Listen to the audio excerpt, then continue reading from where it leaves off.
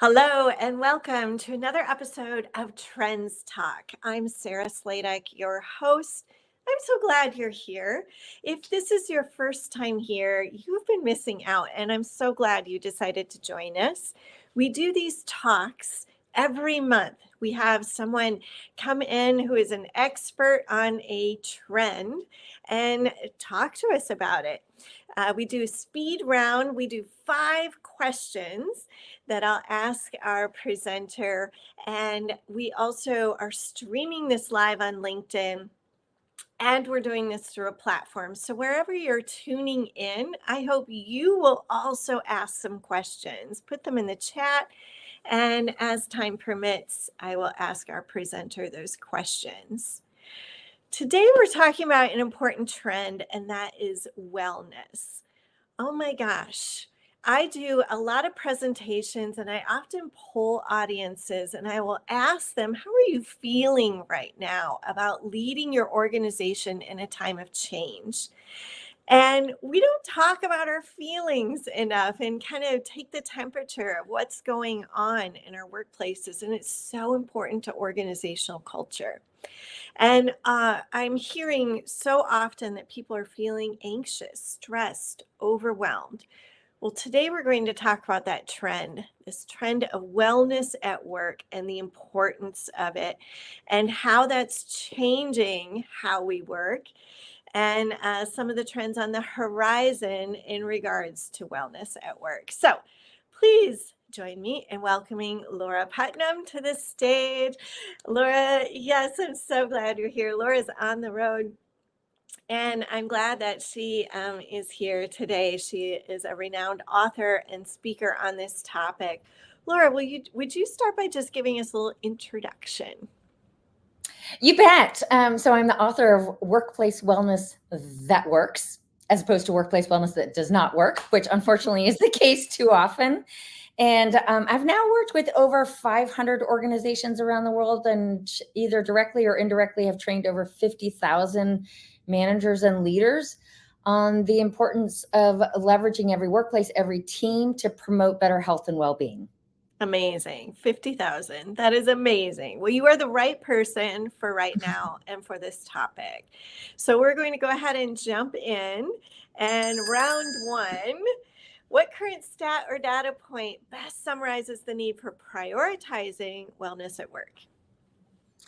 This one is kind of a shocking one, which is, did you know that if you are a project manager for a construction site, you are 5 times more likely to have a death by suicide than a death by accident on the job? Oh, wow. So construction now actually has the second highest rate of suicide of any industry, second only to veterans. And it really paints a picture of just how well-being at work, it is across all dimensions, physically and emotionally. It's not just a nice to have, it is a must have. So you give me any metric that matters to your organization, to your team, and whether we're talking about safety or we're talking about profitability or productivity, and I will show you how it ties to well-being. Wow. So I've heard some other kind of what I would refer to as scary stats for other professions as well. But maybe expand upon that just for a moment. Why construction? Why, what does that tell us about the construction industry or those working in construction right now? It really is a surprise. And I have to say, I didn't know this statistic either until I was asked to work with a consortium of 200 companies, all in the natural gas and pipeline construction industry. That's where I first learned about this. Mm-hmm. And what we have in construction in particular, but I would say that this really holds true for a lot of other industries as well. We have what you might characterize as a perfect storm.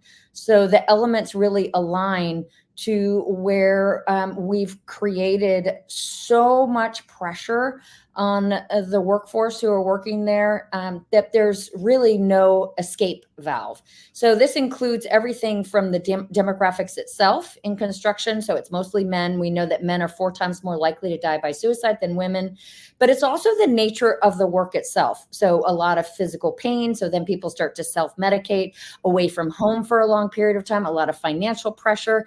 And then there's the culture, the kind of a culture of, oh, it's just a limb, or suck it up, buttercup. And so all 3 of those combined really create a toxic mix. But I just want to add, on a positive side, because this is not just all negative, on a positive side, those people who are thriving at work are 81% more likely to stay. So again, well-being at work, good for people, also good for the bottom line.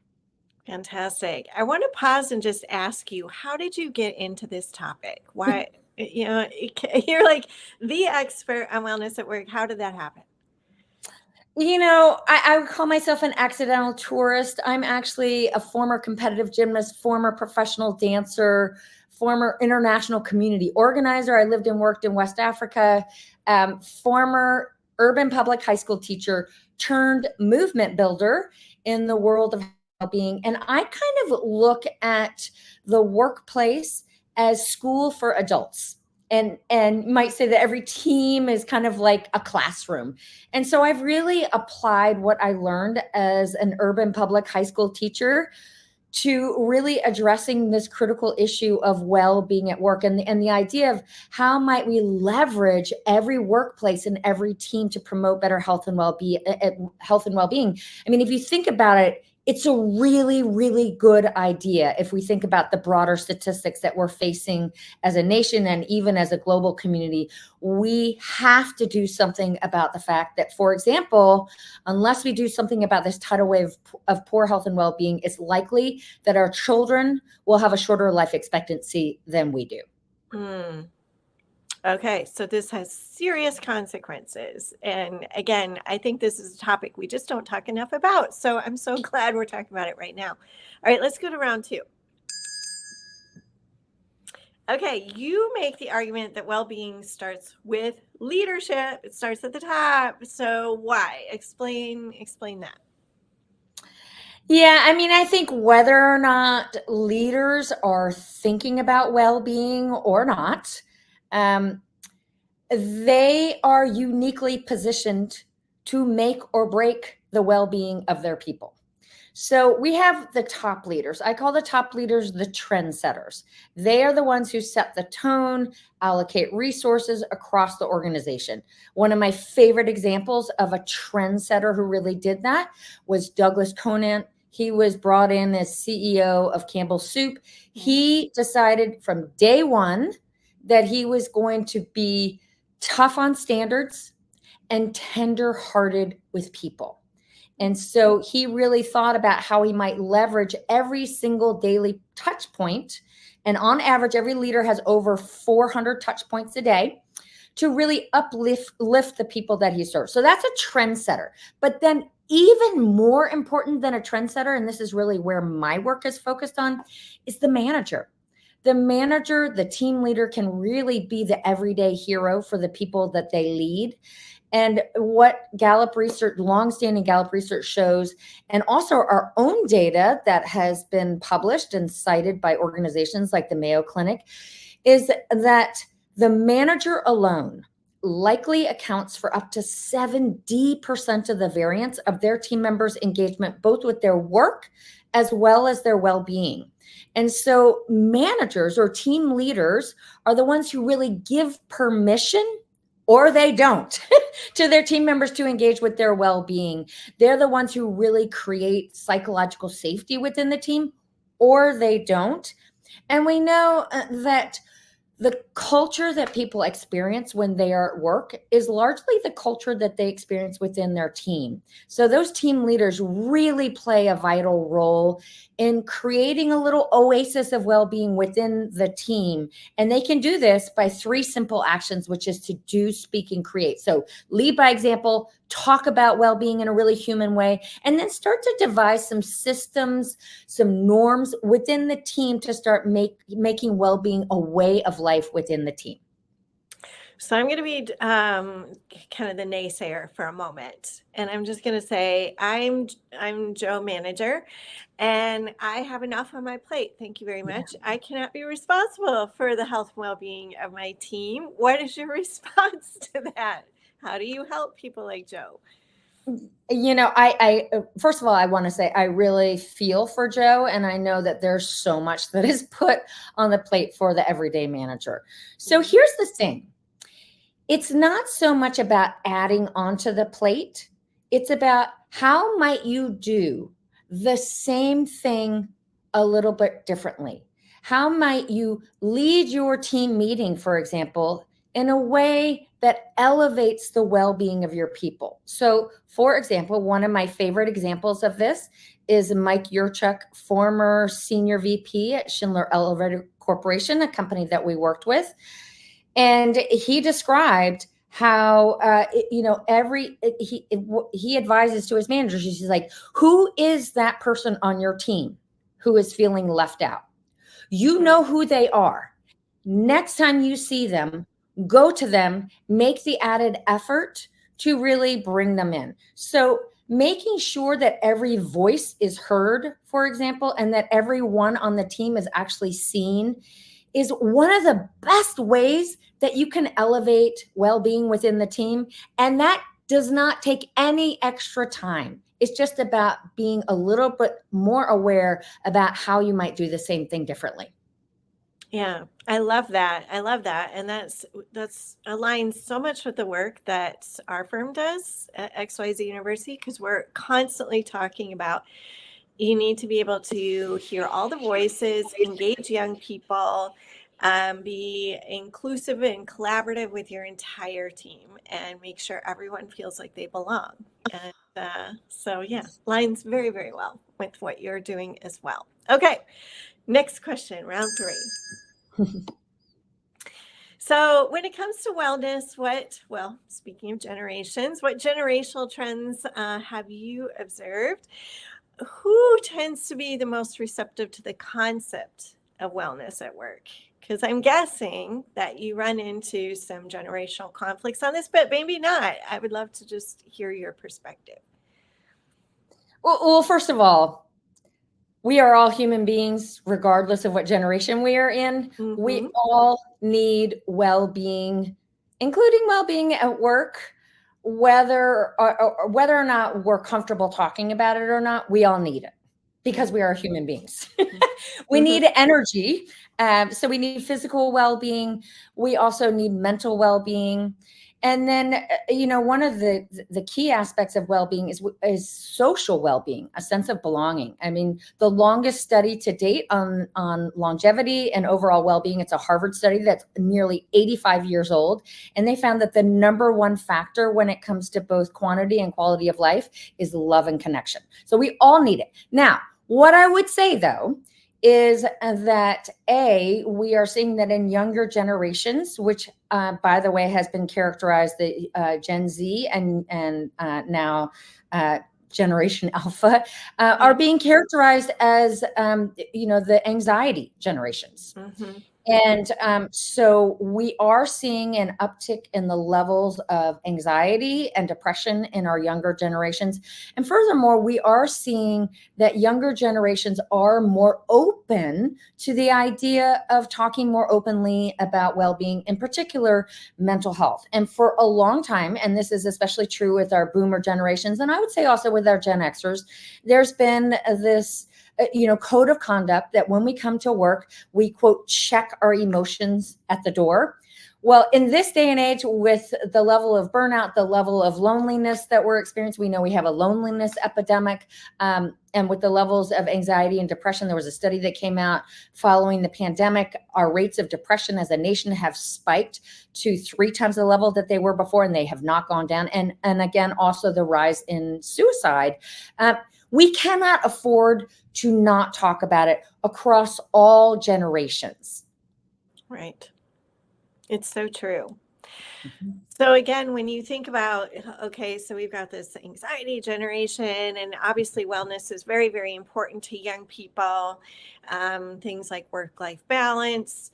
And then now we're seeing all these employers say, well, we've got to return to work full time. That's creating some conflict, and where does wellness fit into some of these tugs of war?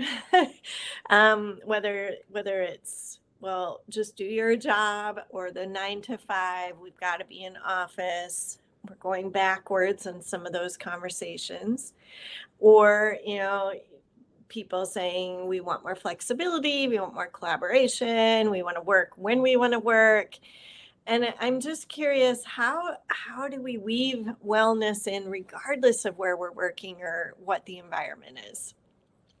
Yeah, the real issue in this tug of war between return to work versus, work from home really comes down to those deepest human needs, those universal needs. Hmm. So one of those is autonomy. We all have a need for autonomy. Right. And it's really interesting because I often ask the leaders and the managers that I work with the question, what do you think as you move up in an organization, do you think your stress levels go up, or do they go down? And typically they say, oh, they go up because we have so much more responsibility. And what the research actually shows, a large study, a Harvard Stanford study, found just the opposite, which is as we move up in an organization, our levels of stress actually go down. And the reason is because we have a greater perceived sense of control or autonomy. And so the real issue when we're kind of talking about, do we return to work or do we work from home, is whether or not we're returning to work or not, or we're continuing to work from home. How do we continue to support autonomy and flexibility? Because that is the underpinning of really, how do we stave off burnout and really allow people to thrive? So that's really the critical issue. And I would say also one of the other key universals is relatedness, or needing to be in connection with one another. And so this is where I see kind of an interesting tug of war between the two, because while on the one hand, work does allow for more flexibility, and it's especially important for women and women who are raising, working professionally and also raising a family. On the other hand, we know that working from home can increase loneliness. And so it's vital that whether or not we're working from home or we're coming back to the office, that we look for creative ways to really start to allow people to work together face to face and to have that in-person kind of collaboration. Right. Absolutely. That team element. And we're right back to what you were saying earlier about belonging and how important that is, right? Okay, good. Let's go to the next question. All right, round 4. What are 3 steps organizations can take to successfully encourage wellness in the workplace? So so far we were talking about wellness as kind of a concept. How do we make it a little bit more, these are things we have to do, action oriented? Be curious, be well, and be a new kind of leader. Okay. So I'll break each of those down. So be Great. curious, which is start to ask the questions. For example, we know that wellness is one of the fastest growing industries. It's now over a $6 trillion industry. And yet our health and well-being is actually getting worse, not better. Why is that?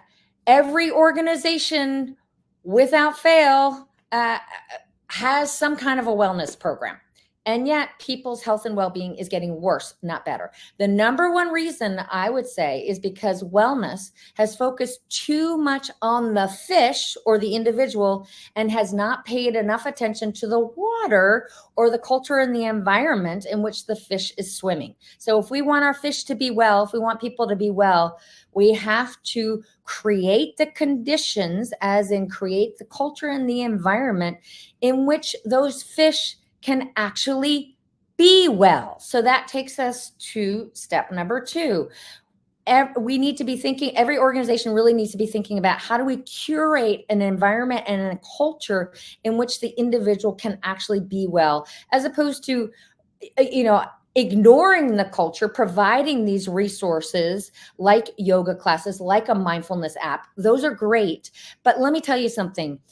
You cannot out yoga your way out of a toxic boss, for example. Or you cannot use a mindfulness app to deal with perceptions of unfairness. I mean, perceptions of unfairness has been shown to be the number one driver of burnout in the workplace. And then finally, you need to be a new kind of leader. So leaders really need to start to understand that well-being starts with them, leaders on all levels. So those top leaders set the tone across the organization, and then those team leaders really give permission within the team. And so every leader on all levels needs to be thinking about how they can literally incorporate well-being into their leadership style so that they start to create a way of working that enhances well-being as opposed to undermining it. As you're talking, it makes me think that leadership, has really had to morph in this time of change. And new skill sets have had to emerge, that we can't just be leaders who are experts at our craft or our industry, but rather leaders need to be really, really excel at their social skills and their ability to care for others. Have you also seen that? Like, is your company training leaders how to think about wellness and keep that top of mind and care for their people and their cultures? Yeah, and I think first of all, when people think of wellness, they think of boot camp classes. Yes, So right. you think of wellness on a very physical level, and wellness / well-being is really multidimensional. So that's the first thing. But it's also it's not just about going wide. It's across all dimensions of well-being. So physical well-being, emotional well-being, social well-being, career well-being, financial well-being is a big one, community well-being. But it's also about going deep, really getting into the deepest human needs that we have. And yes, every leader needs to become that new kind of leader. So, for example, one of the biggest things that I'm seeing right now is that leaders need to be able to tap into what people are wanting most. And what they're wanting most right now, according to a recent leadership report issued by Gallup, the number one thing, hope. Hope. Mm-hmm. People want to feel a sense of hope. And so to be a new kind of leader, to meet the moment, what are you doing to instill hope? What are you doing to instill a sense of trust? What are you doing to convey? And then what are you doing to create stability, a sense of stability? Right. Which, and again, we see this also with generational data with young people. They often say they want a leader that's positive, that they're just tired of the negativity, the conflict, that they need, like you're saying, to feel that sense of hope and that sense of direction and optimism. And it's hard to be a leader right now and to be thinking about all of these things. And then, it feels kind of heavy, I'm sure, at times for some of these leaders. But I think, your message is giving people hope, and you're helping them deliver that feeling of hope through your wellness efforts, right?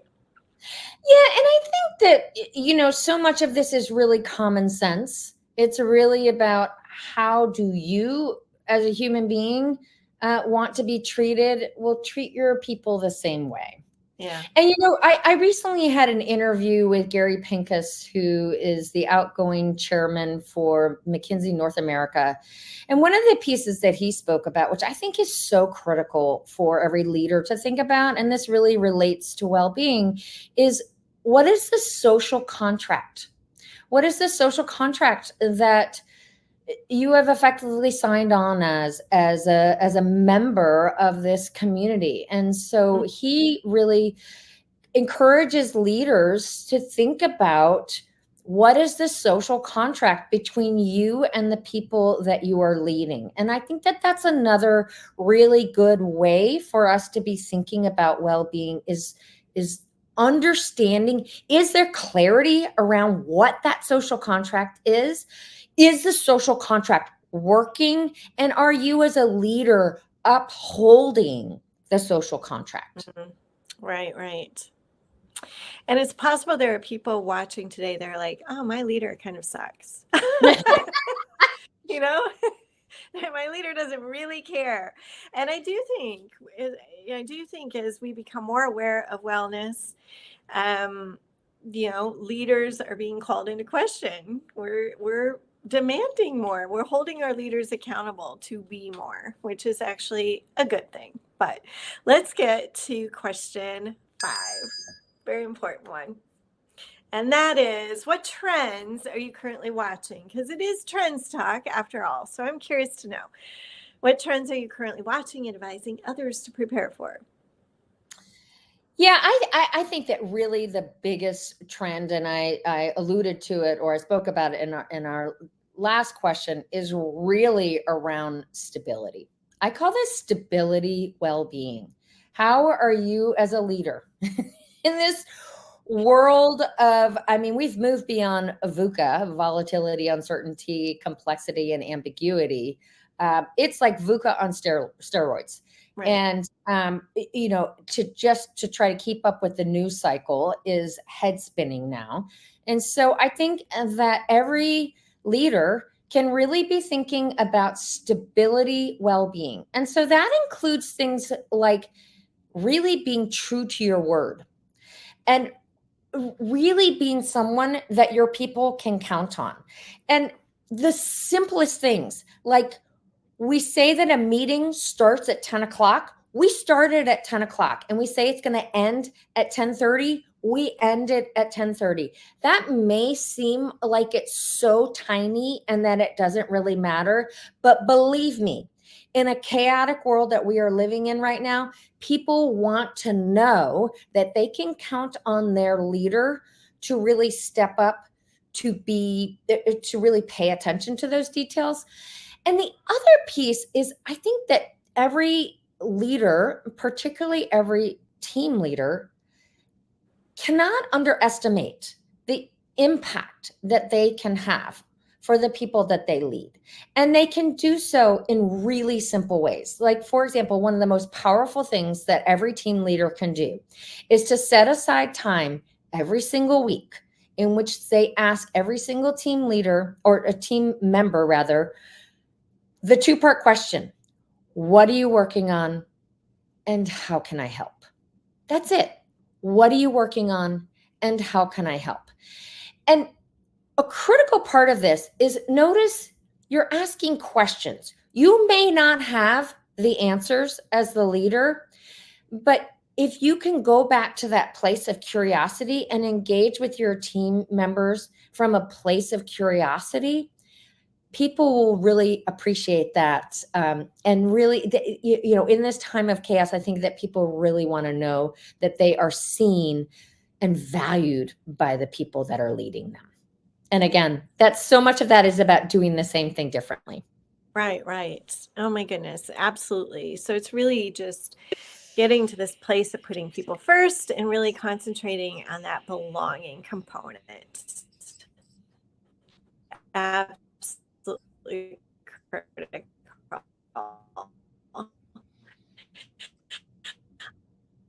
Oh my gosh. How can people find So I'm very active on LinkedIn. You can find me there. I'm also on Instagram at Laura Putnam Author. My website is lauraputnam.com, Putnam. Fantastic. Thank you, Laura, for being here today. Thank you to everyone for tuning in for another episode of Trends Talk. We do these every month, so be sure to tune in to learn more about trends. Today was hosted by xyzuniversity.com.